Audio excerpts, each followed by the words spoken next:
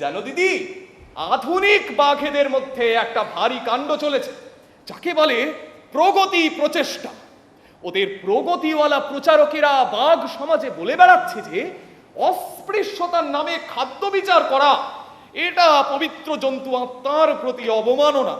ওরা বলছে আজ থেকে আমরা যাকে পাবো তাকেই খাবো, বাঁ থাবা দিয়ে খাবো, ডান থাবা দিয়ে খাবো, হালুম মন্ত্র পড়েও খাবো, না পড়েও খাবো।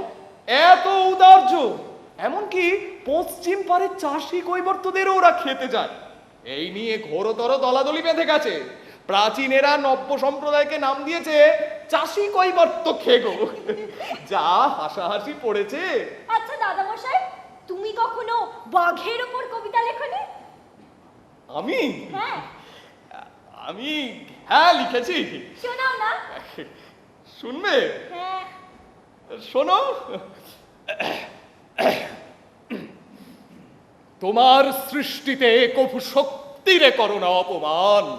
হে বিধাতা, হিংসারেও করেছ প্রবল হস্তে দান। আশ্চর্য মহিমায় কি প্রখর নখর বিভীষিকা, সৌন্দর্য দিয়েছ তারে দেহধারী যেন বজ্রশিক, যেন ধূরচটির ক্রোধ।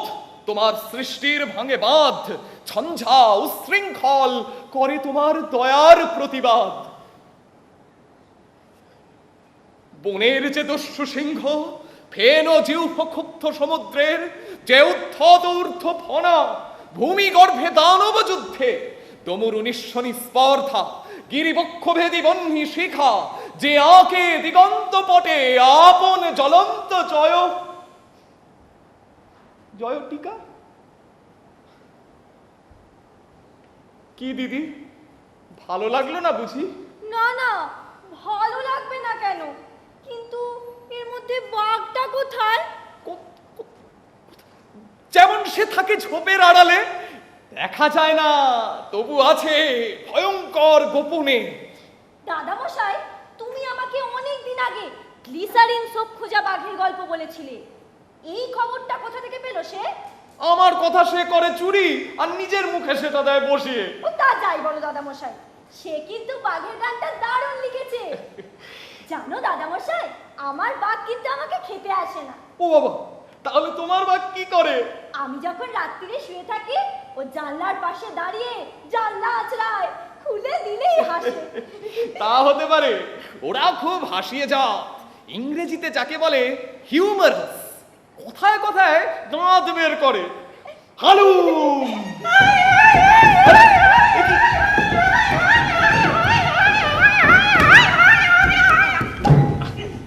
কে হে তুমি?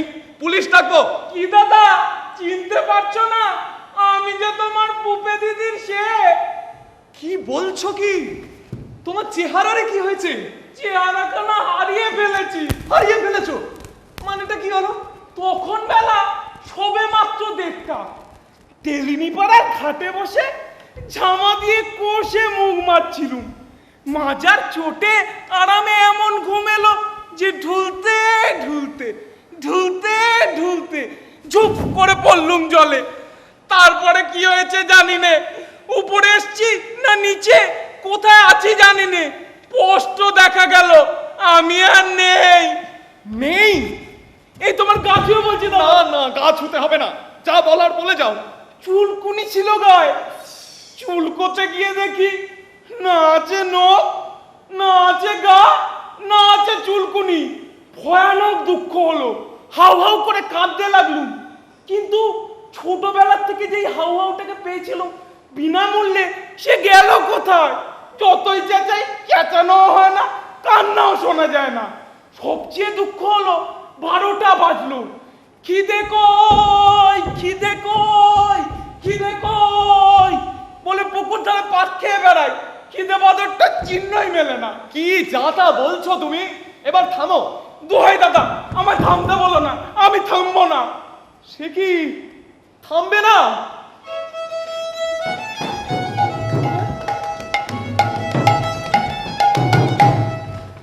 থামবো না দাদা, থামবো না, থামবো না, থামবো না দাদা, থামবো না, থামবো না।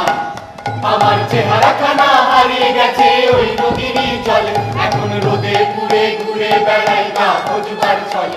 আমার চেহারাখানা হারিয়ে গেছে ওই নদীরই জলে, এখন রোদে পুড়ে ঘুরে বেড়াই গা খোঁজবার ছলে। আমার গা ফিরিয়ে দাও, আমার চেহারা ফিরিয়ে দাও, আমার গা ফিরিয়ে দাও, আমার চেহারা ফিরিয়ে দাও।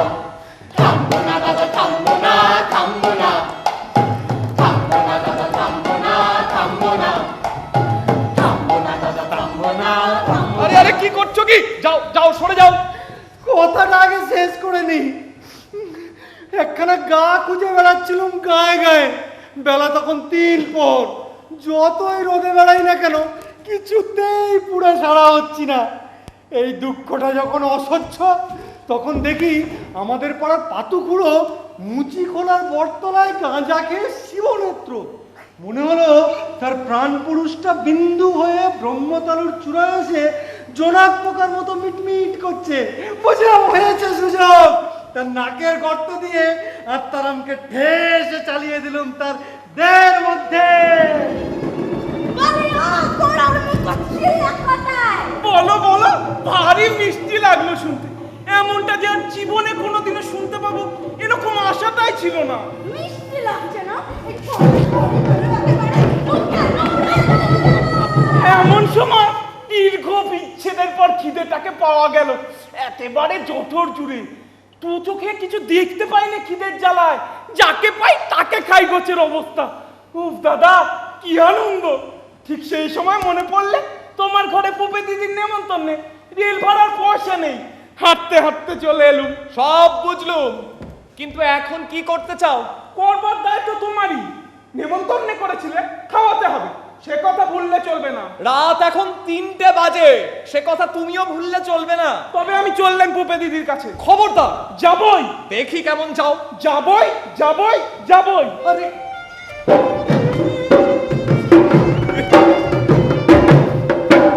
যাবো যাবো যাবো,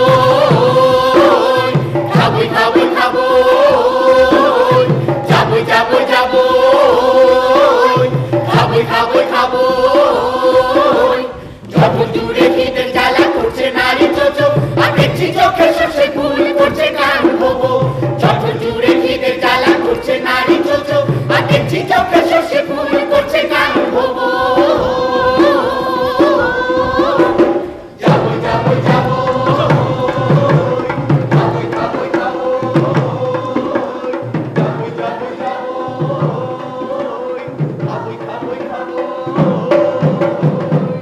কি কাণ্ড বাঁধিয়েছে বলো তো? কেন, কি হলো? আমাকে নিয়ে এ পর্যন্ত বিস্তর আজকবি গল্প বানিয়ে। ভাগ্যে আমার নামটা দাওনি, নইলে ভদ্র সমাজে মুখ দেখানো দায় হতো। দেখলুম পুপে দিদির মজা লাগছে, তাই সহ্য করেছে সব। কিন্তু এবার যে উল্টো হলো। কেন, কি হলো বলোই না। তবে শোনো, পুপে দিদি কাল গিয়েছিল সিনেমায়। আমি পেছন থেকে এসে বললুম, দিদি আমাকেও তোমার গাড়িতে তুলে নাও। যাও যাও যাও, গাঁজাখোরের গা চুরি করে আমার গাড়িতে উঠতে পাবে না, আমার গাড়িতে উঠতে পাবে না। গাঁজাখোরের গা চুরি করো, পুলিশে দেওয়া উচিত। জি জি জি জি জি জি। শেষমেশ গাঁজাখোর। অজু কাছে গলায় দড়ি দিয়ে মর। গাঁজাখোরের গা চুরি করো। জীবনে অনেক নিন্দে শুনেছি, কিন্তু এরকম অরিজিনাল নিন্দে কখনো শুনিনি।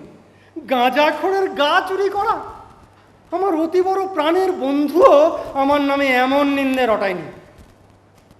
এ তোমারই কি? হ্যাঁ, আমারই বটে, কিন্তু কি করি বলো? তোমাকে নিয়ে আর কাহাতক গল্প বানাই। বয়স হয়েছে, কলমটাকেও যেন বাতে ধরলো। পুপে দিদির ফরমাস মতো অসম্ভব সব গল্প বলার হালকা চাল আর নেই কলমের। তাই এই শেষ গল্পটায় তোমাকে একেবারে খতম করে দিয়েছি। কত মতে রাজি নই দাদা, দোহাই তোমার। পুপে দিদিকে বুঝিয়ে বলো ওটা গল্প, ওর ভয় ভাঙিয়ে দাও। বলেছিলুম, ভয় ভাঙতে চায় না, একেবারে নাড়িতে জড়িয়ে গেছে। উপায় না দেখে স্বয়ং সেই পাতু গেজেলকে হাজির করলুম ওর সামনে। উল্টো ফল হলো, পাতুর গাখানা পড়ে যে তুমি ঘুরে বেড়াচ্ছ সে কথাটাই প্রত্যক্ষ প্রমাণ হয়ে গেল। তাহলে গল্পটাকে দাও উল্টিয়ে। ধনুষ টঙ্কারে মরুক পাতু, গাঁজাখোরের গাখানাকে নিমতলার ঘাটে দাও পুড়িয়ে, ঘটা করে শ্রাদ্ধ করব, পুপে দিদিকে করব তাতে নেমন্তন্ন, খরচ যত লাগে দেব নিজের পকেট থেকে।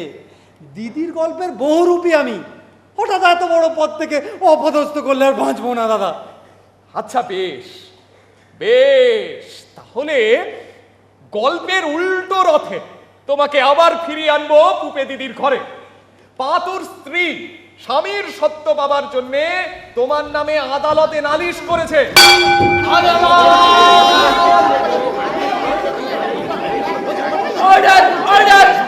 হুজুর, ধর্মাবতার সাত পুরুষেও আমি ওর স্বামী নই। ঝাঁটা মেরে মুখ ভেঙে দেব। স্বামী না, তার মানে কি? তার মানে এই পর্যন্ত আমি ওকে বিয়ে করিনি, দ্বিতীয় আর কোনো মানে আপাতত ভেবে পাচ্ছি না। মুখে নুড়ো জ্বালা দেব। আলবাত তুমি আর স্বামী, মিথ্যে কথা বলো না। জীবনে বিস্তর মিথ্যে বলেছি, কিন্তু এই বুড়িকে সজ্ঞানে স্বইচ্ছে বিয়ে করেছি এমন দিগ্গজ মিথ্যে বানিয়ে বলবার তাকত আমার নেই। ভাবলেও বুক কেঁপে ওঠে। ছোটা মেরে না মুখ ফাটিয়ে দেব একেবারে। চেহারাটা একেবারে হুবু পাতুর। এমনকি বাঘ বলে আটটা পর্যন্ত। তবে কি না তবে কি না আবার কিসে? আমি হলাম গিয়ে গেজালদার সর্দার। সে এক রকমের পাতুই বটে, কিন্তু সেই পাতুই এ কথা আমি হলফ করে বলি কি করে? তবে এই লোকটা কে বলো? দ্বিতীয় পাতু বানাবার শক্তি ভগবানেরও নেই। তুমি ঠিক বলেছো বাবা, এমন সৃষ্টি দৈবাত হয়।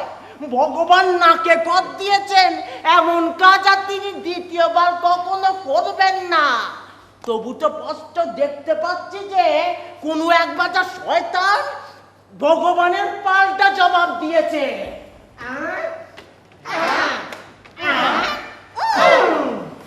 ওস্তাদের হাতের নকল, এ বাঘটা জালিয়াতি কাজ, এ বাঘটা জালিয়াতি কাজ। হুজুর, আমায় এক সপ্তাহ সময় দিন, তার মধ্যে আমি আসল পাতুপক্ষীরাজকে এনে হাজির করবো এই আদালতে। আদালত মুলতুবি রইল 1 সপ্তাহের জন্য। তখনই ছুটলে তেলিনীপাড়ার দিঘির ঘাটে, আর কপাল ভালো ঠিক তখনই তোমার দেহটা উঠেছিল ভেসে। পাতুর দেহটাকে ঘাটে চিৎ করে ফেলে পুরনো খোলটা জুড়ে বসলে। সঙ্গে সঙ্গেই ছিলুম, মনটাও অস্থির ছিল গাজার মৌতাতে। ইচ্ছে করতো আত্মহত্যা করি, কিন্তু সেই রাস্তাও জুড়ে বসেছিল তুমি। বেঁচে যখন ছিলুম, বেঁচে থাকার শখও ছিল 16 আনা। যেমনি মরেছি অমনি কোনো মতেই কোনো কালেই আর মরতে পারবো না, এ দুঃখ অসহ্য হলো। সামান্য একটা দড়ি দিয়ে গলায় ফাঁস দেবো, সেই যোগ্যতা আর রইল না। যা হবার তা তো হলো, এখন চলো আদালতে। জজ সাহেবকে বলে তোমার গাঁজার বরাদ্দ করে দেবো।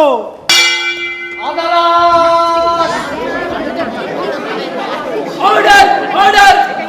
এই বুড়ি তোমার স্ত্রী কিনা সত্যি করে বলো। ইনি আমার প্রথম পক্ষের স্ত্রী। ঝাঁটা মেরে মুখ ভেঙে দেব। আরো আছে নাকি? না রাখলে যে মান রক্ষে হয় না। কুলিনের ছেলে, নৈকস্য কুলিন। ফিরে পেল সে গাওরে বড় সাধে, হায় কত হাঙ্গামা কানিয়ে মোদে। ফিরে পেল সে গাওরে বড় সাধে, হায় কত হাঙ্গামা কানিয়ে মোদে। গায়ে পড়ে নিতে হবে কত নানা দায়, গায়ে ফু দিয়ে যেন ওই যে কে যায়। গায়ে পড়ে নিতে হবে কত নানা দায়, গায়ে ফু দিয়ে যেন ওই যে কে যায়। গা ঘিন ঘিন গা ম্যাচ ম্যাচ গা শির শির করে, কারো কারো কথায় আবার কাজে চলে। গা ঘিন ঘিন গা ম্যাচ ম্যাচ গা শির শির করে, কারো কারো কথায় আবার কাজে চলে। ফিরে পেল সে গাওরে বড় সাধে, হায় কত হাঙ্গামা কানিয়ে মোদে। ফিরে পেল সে গাওরে বড় সাধে। দাদামশাই, ও যখন আর একজনের গা পড়ে ঘুরে বেড়াতো তখন মুশকিল হতো কার? গা কেমন করলে কার করতো? ওর করতো না তার করতো? বড় শক্ত প্রশ্ন করলে দিদি, আমি তো উত্তরটা দিতে পারবোই না। ওকে জিজ্ঞেস করলে ওরও মাথা ঘুরে যাবে। গা নিয়ে যে এত হাঙ্গামা আমি কখনো ভাবিনি। এই হাঙ্গামাগুলোকে জোড়া দিয়ে দিয়েই তো যত গল্প। গায়ের ওপর সবার হয়ে গল্প ছুটেছে চারিদিকে। কোন গা গল্পের গাধা, আবার কোন গা গল্পের রাজহস্তি। গা ফিরে পেয়ে কি করলো সে? ভীষণ খুশি হয়ে সোজা চলে গেল দমদমে। দমদমে কেন?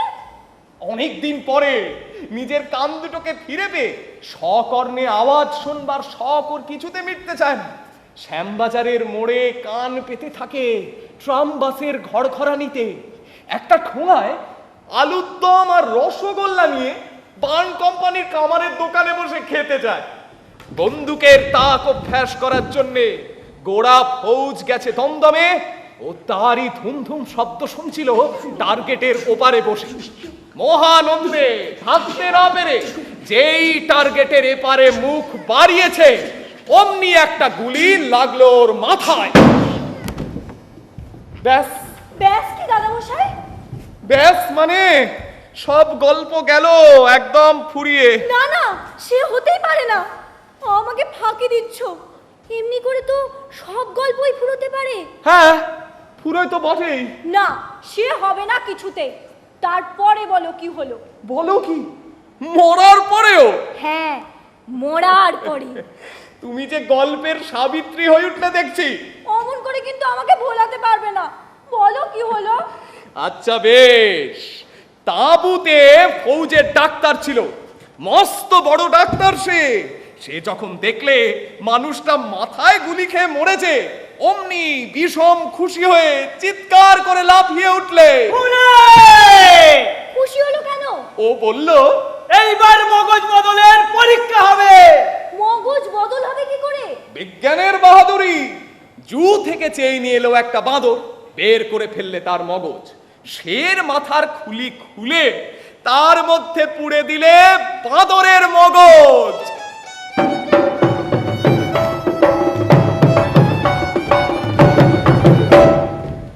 মানুষের